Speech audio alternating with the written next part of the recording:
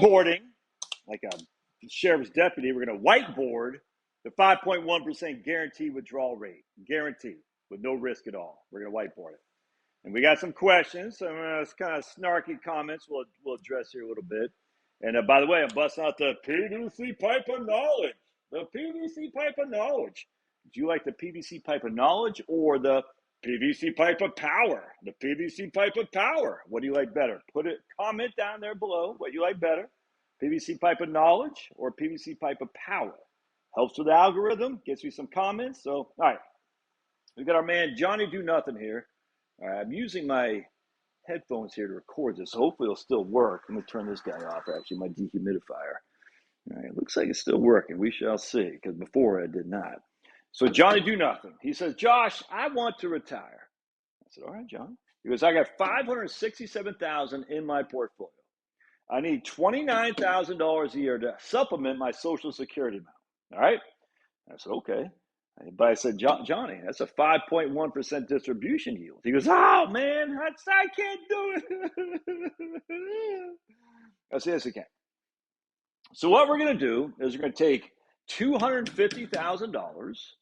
We're going to put it into a 10-year period certain income annuity. That means after 10 years, it stops. It pays $29,000 a year for 10 years. And then in year 11, it's no more. It's gone, like the wind, gone like Joe Biden's brain, just gone.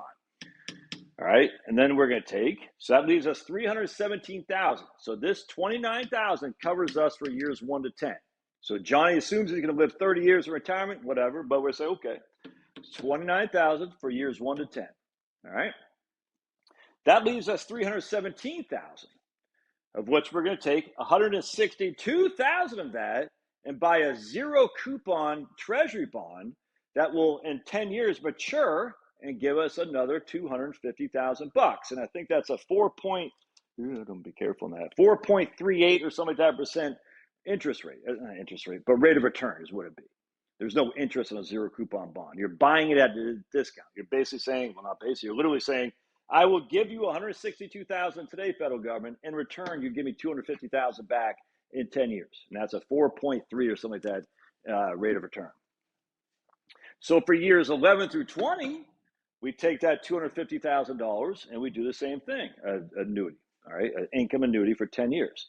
That will pay us $29,000 a year, all right, and that will be done in year 20. After the end of year 20, that money is gone as well.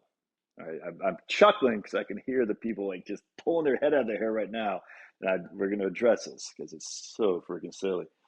All right, so we got $155,000 remaining, of which we're going to take $92,000 and buy another zero coupon bond. This will be a 20-year zero coupon bond. So we put $92,000 in.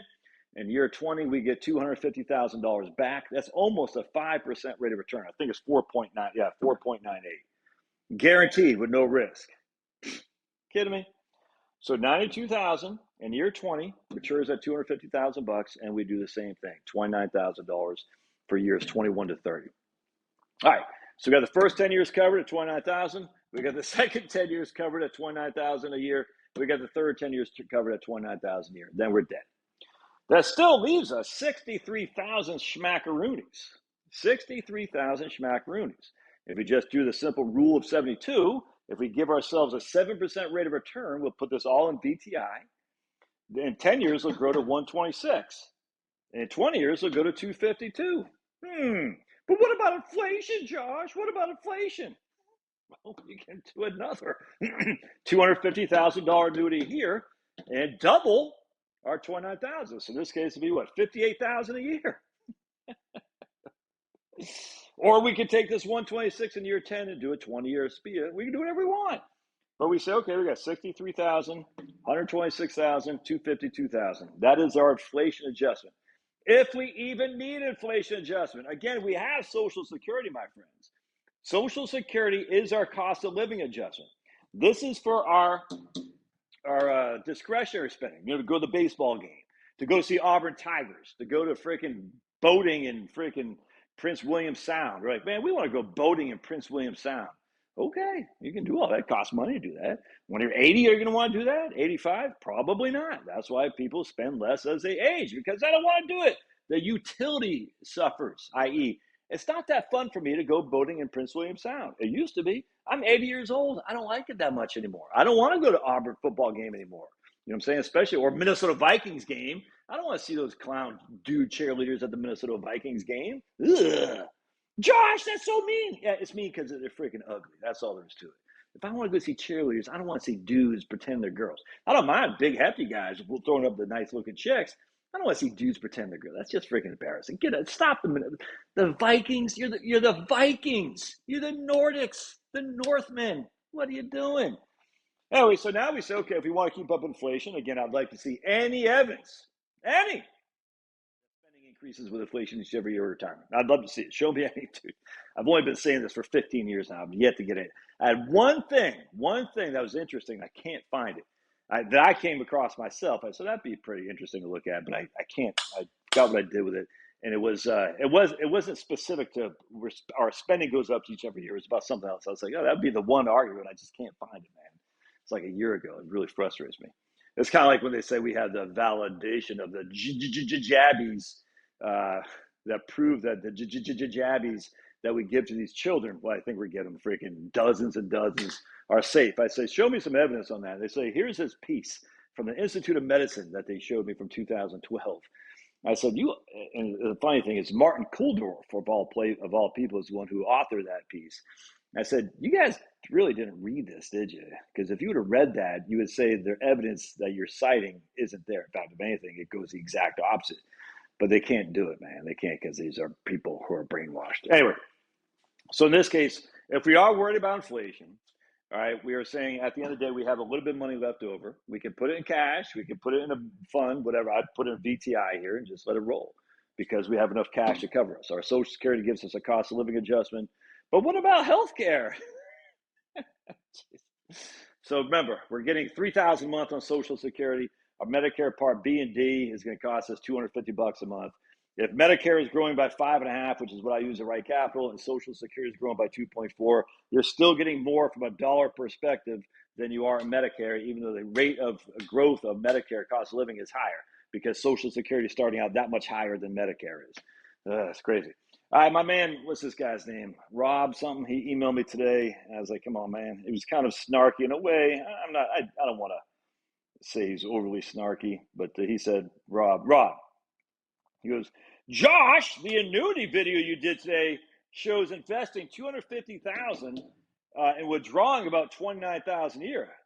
That would be over 11% rate of return. He didn't say rate, 11% return. I don't know any annuities that are paying that much. And I emailed him back and I said, Rob, what's his name, Rob?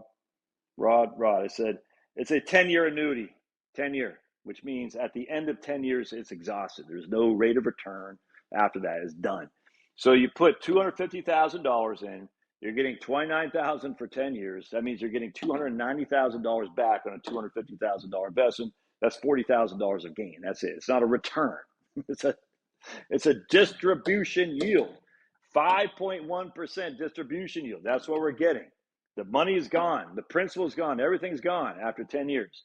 And we're basically stacking these things with zero coupon bonds and allowing us to retain some money as well that can grow for us. It's such a great strategy. No fees on any of this stuff. I mean, I can't say there's no fees. And then some other guy said annuities are expensive. They're like, oh my goodness. Just don't be ignorant. And a lot of people are bashing me on this saying, what about inflation? I said, just watch the friggin' video, dude. I addressed that in the last video. Just watch the end of it before you comment. Look, I've made that mistake before. There's a Grant Stephen or whatever his name was. He was doing a video on taxes. And I said, dude, Graham, what are you doing, man? You missed it. And I commented that, and then I watched the rest of the video, and I deleted my comments. I said, oh, man, he did talk about this. So kudos to Graham Stephen. Whether I don't even know if he still got YouTube. I'm sure he does, big spank. But at the end of the day, when people say, what about inflation? What about healthcare?